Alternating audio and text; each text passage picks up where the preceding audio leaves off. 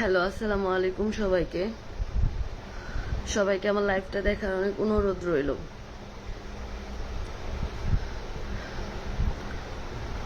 আপনারা সবাই জানেন, মানে আমার কথা, আমি খুব অসুস্থ, আমার প্রচন্ড শরীর খারাপ, আমি খুব অসুস্থ। আমি তাও লাইভে আসলাম কিছু কথা বলার জন্য। আমি জানি না পরবর্তীতে আমি আপনাদেরকে কি বলতে পারবো কিনা কথা, বা আপনাদের সামনে আসতে পারবো কিনা আমি জানি না। কথা হচ্ছে, কালকে থেকে যে একটা নিউজ ঘোরাফেরা করতেছে, আহাদ, সৈয়দ আব্দুল আহাদের সাথে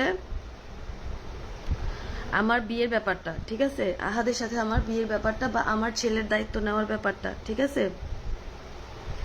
তো এই বিষয়ে আমার ব্যাপারে যে নেগেটিভিটিগুলো ছড়াইছে, আমার ব্যাপারে যে ছবিগুলো ছড়াইছে, সেগুলো, হ্যাঁ আমি খারাপ, আমি পতিতার থেকে উঠে আসছি, ও কিন্তু আমাকে পতিতালয় থেকে নিয়ে যায় নাই ভাই, ও আমার পতিতালয় থেকে নিয়ে যায় নাই। আমি কিছুদিন আগে, হ্যাঁ আমি আমার যে অশ্লীল ছবিগুলো দেখতেছেন এগুলো কিছুদিন আগে পেটের দায়ে করছি। আমি তো অস্বীকার করতেছি না যে এটা এআই দিয়ে বানানো বা আদার্স কিছু। হ্যাঁ আমি আমার পেটের দায়ে খারাপই করছি, কিন্তু আমি তো ওর কাছে গেছিলাম সংসার করার জন্য, সংসার একটা ভালো জীবন পাওয়ার জন্য গেছিলাম। ও আমাকে যেটা বলছিল আমি সেটা করছি, ঠিক আছে। আপনাকে বের করে দিল কেন আপু? বলতেছি, সবই বলতেছি, সব বলতেছি আপনাদেরকে, বলার জন্য আসলাম, জানি না পরবর্তীতে বলতে পারবো কিনা। তো আমাকে প্রথম দিন আমার শরীরে লিটারেলি অনেক জ্বর, আমি কথা বলতে পারতেছি না, আমার গলার টোনে বুঝতেছেন কিনা। তো ওরা আমাকে, আহাদের সাথে আমার বেশ কিছুদিন আগ থেকে কথাবার্তা হয়। তো আহাদ আমাকে বলতেছে সে বিয়ের জন্য পাত্রী দেখতেছে, সে আর একটা বিয়ে করবে, তার ওয়াইফ জানে যে সে যখন তখন বিয়ে করে ফেলে দিবে।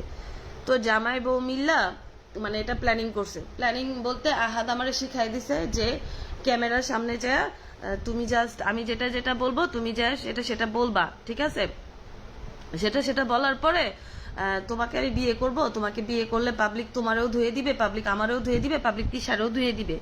এখন যদি তুমি অভিনয় না করো বা তিশা যদি একটু অভিনয় না করে, তাহলে তো তোমরা আমরা তিনজনই পাবলিকের তোপের মুখে পড়বো, পাবলিক হচ্ছে আমাদেরকে ধুয়ে দিবে।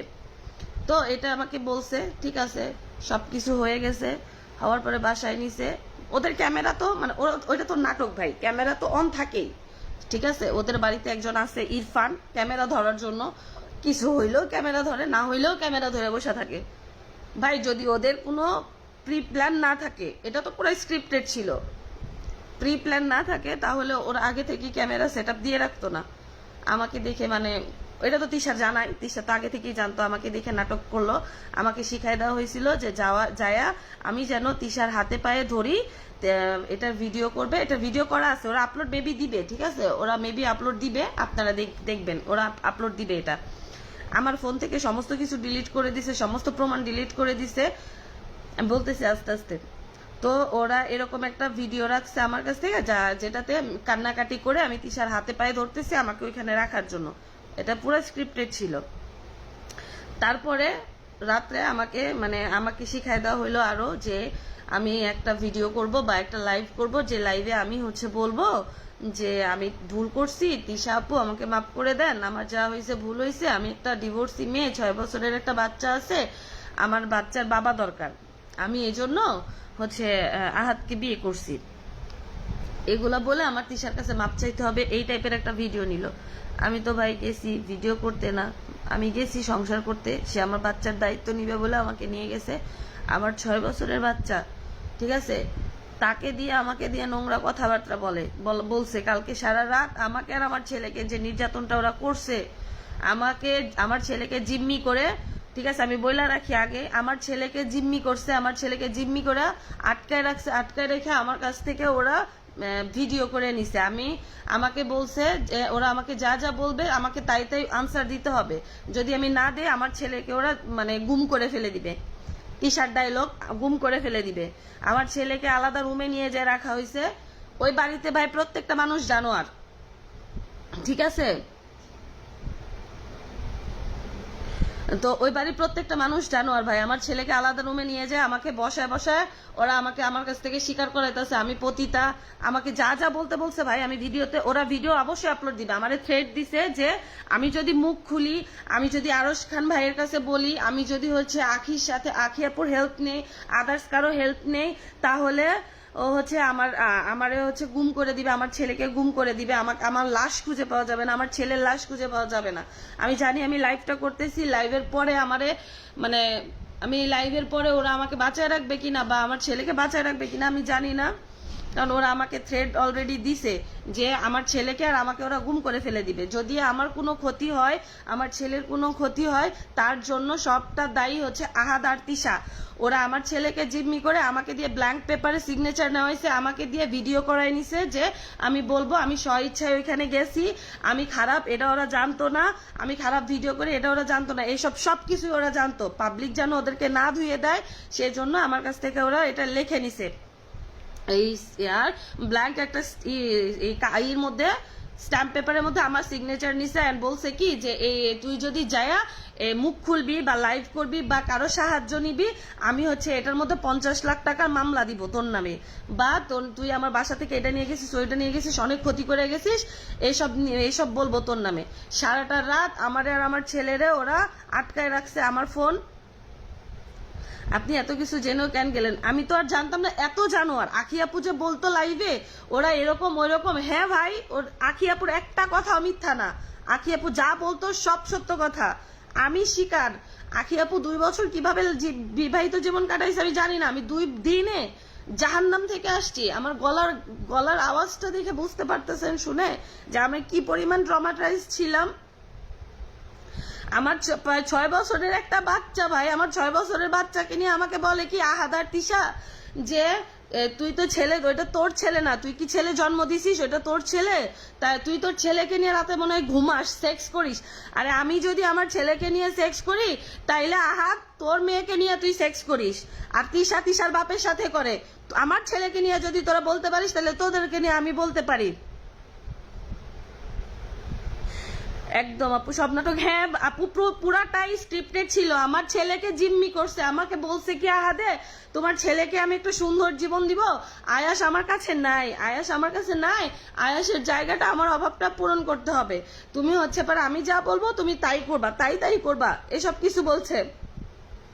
আপনাকে নিশ্চয় অনেক মারছে, হ্যাঁ ভাই আমাকে মারছে বিধায় আমার শরীরে জ্বর চলে আসছে, আমার গলার টোনটা চেঞ্জ হয়ে গেছে। হ্যাঁ সেটাই, আমি যদি আমার ছেলের সাথে করতে পারি ওর মেয়ের সাথে করতে পারে। আমি বলি নাই আমি দুধে ধোয়া তুলসী পাতা, আপনারা যে বলতেছেন আমি বলি নাই আমি দুধে ধোয়া তুলসী পাতা, আমি খারাপ মেয়ে। আহাদ জেনে আমাকে নিয়ে গেছে, আমার প্রোফাইলে ওইসব ছবি ছিল, আমার প্রোফাইলে ওইসব ভিডিও ছিল, ওইসব দেখে আহাদ আমাকে নিয়ে গেছে। আহাদ ওইসব দেখছে, দেখার পর আমাকে বলছে ডিলিট করে দিতে। ঠিক আছে, আমার ফোনে এখন কোনো প্রুফ নাই, আর প্রুফ বানাইতে ওদের 2 সেকেন্ড সময় লাগে না রে ভাই, চোখের পল্টিতে ওরা ভিডিও বানায় ফেলে, কেমনে জানি। ঠিক আছে, আমি ধরে নিলাম, আমি স্বীকার করতেছি আমি একটা বেশ্যা, এটা জেনে শুনেই তো নিয়ে গেছে আমাকে, তাই না? এটা জেনে শুনে আমাকে নিয়ে গেছে। আমাকে নিয়ে যাওয়ার পরে ওরা প্রথম রাতে প্রথমে আমি আমার ছেলের সাথে ঘুমাইলাম, আমার ছেলের সাথে ঘুমানোর পরে ও সকালবেলা তিশা শুটে চলে গেছে। পরে কে নাকি বলছে যে আমার এরকম ছবি তিশাকে পাঠাইছে, তো তিশা আহাদকে পাঠাইছে, আহাদ আমার কাছে যে আমার ফোনটা কেড়ে নিছে, সন্ধ্যার সময় কেড়ে নিছে। পরে আমাকে আর ফোন দেয় না, আমাকে ফোন দিচ্ছে না, কিছুই না। আমি বারবার করে যাচ্ছি যে ভাইয়া আমার ফোনটা দেন, আমি ভাইয়াই ডাকছি, ভাই আমার ফোনটা দেন, বলে না না না। তারপরে তিশা শুট থেকে রাত 11টার সময় আসছে, আমাকে রাত 11টার সময় ওই রুমে ঢুকাইছে, 2:30টার সময় আমাকে গালি গালাজ মারধর যা করছে বের করে আমাকে অন্য রুমে নিয়ে গেছে। 3টা ছেলে আমার রুমে পাহারায় দিছে, ঠিক আছে, আমি যেন পালায় না যাইতে পারি, আমার মোবাইল জিম্মি করে রাখছে, আর আমার ছেলে তো আছেই। আর আমার ঘরে 3টা ছেলে দিছে যে দেখবি খানকি যেন, আমাকে এভাবে বলতেছে তিশায় যে খানকি যেন ওই রুম থেকে পালাতে না পারে, বাথরুমে গেলেও খানকির সাথে যাবি, ওর তো কাপড় খুলে অভ্যাস আছে, তোরা দেখলেও সমস্যা নাই, এভাবে বলতেছে। হ্যাঁ আমি ধরে নিলাম আমি খারাপ, আমার মতন খারাপ কেউ নাই দুনিয়াতে। আমি শর্ট কাপড় পরে ভিডিও করি, নাইচা মানুষকে দেখাই, তুই তো ওই কাজটা কাপড় পরে করস। আমি নাই মানুষের কাছে খারাপ, শর্ট কাপড় পরছি, তুই তো লং কাপড় পরেও না নাচস। তুইও যেমন এক জায়গার এক পথের প্রতীক, আমিও সেই এক পথের প্রতীকী। আপনাদের কাছে আমার একটা রিকোয়েস্ট, একটা কথাই বলতে চাই যে আমার আর আমার ছেলের লাইফ এখন রিস্ক আছে, কারণ তারা আমাকে দিয়ে ভিডিও বানায় নিছে যে আমি যদি কিছু করি তারা আমারে গুম করে ফেলে দিবে, আমাকে দিয়ে স্বীকার করায় নিছে, মানে আমাকে দিয়ে স্বীকারোক্তি নিছে ভিডিওতে, যেন জনগণের কাছে ওরা ভালো থাকতে পারে, ওরা ভালো সাজে, সেজন্য আমাকে ভিডিও করায় নিছে যে আমি খারাপ, এটা জানতাম না, আমাকে কেউ শিখায় পাঠাইছে কিনা হ্যান ত্যান, এগুলা ভিডিও নিছে, একটা ব্ল্যাঙ্ক পেপারে সিগনেচার নিছে, বলছে আমি যদি মুখ খুলি। হ্যাঁ আখি আপু সব ঠিক বলছে, শারমিনা সামান্তা শিকদার আপু, আখি আপু একটা কথা মিথ্যা বলে নাই, সব সত্য কথা বলছে আখি আপু। এখন বুঝি তো তিশার মুখের ভাষা আর আহাদের যে ব্যবহার, কোনো মানুষ টিকতে পারবে না, একমাত্র আহাদ তিশার, মানে আর কি বলবো এখানে, সেসব আর না যাই। আমি জাস্ট এটা বলতে আসছি যে আমার ছেলে আর আমি এখন লাইফ রিক্সে আছি, ওরা আমাকে আর আমার ছেলেকে যে কোনো মুহূর্তে গুম করে ফেলে দিবে, ওর কোন মামা হচ্ছে এসপি, তাকে দিয়ে আমাকে ধরায় নিয়ে যাবে। আমার আর আমার ছেলের যদি কোনো ক্ষতি হয়, আমি আপনাদের কাছে জানায় রাখতেছি যে আমার দুনিয়াতে কেউ নাই, আমি এতিম, আমার আর আমার ছেলের যদি কিছু হয় আপনারা ধরে নিবেন ওরা করছে। ওরা আমার ছেলেকে জিম্মি করে আমাকে দিয়ে ভিডিও বানায় নিছে, যে ভিডিওতে ওরা আমাকে বলাইছে আমি পতিতা, আমি খারাপ, আমি হ্যান, আমি ত্যান, আমার দালাল আছে, এগুলো আমাকে দিয়ে স্বীকার করায় নিছে আমার ছেলেকে জিম্মি করে।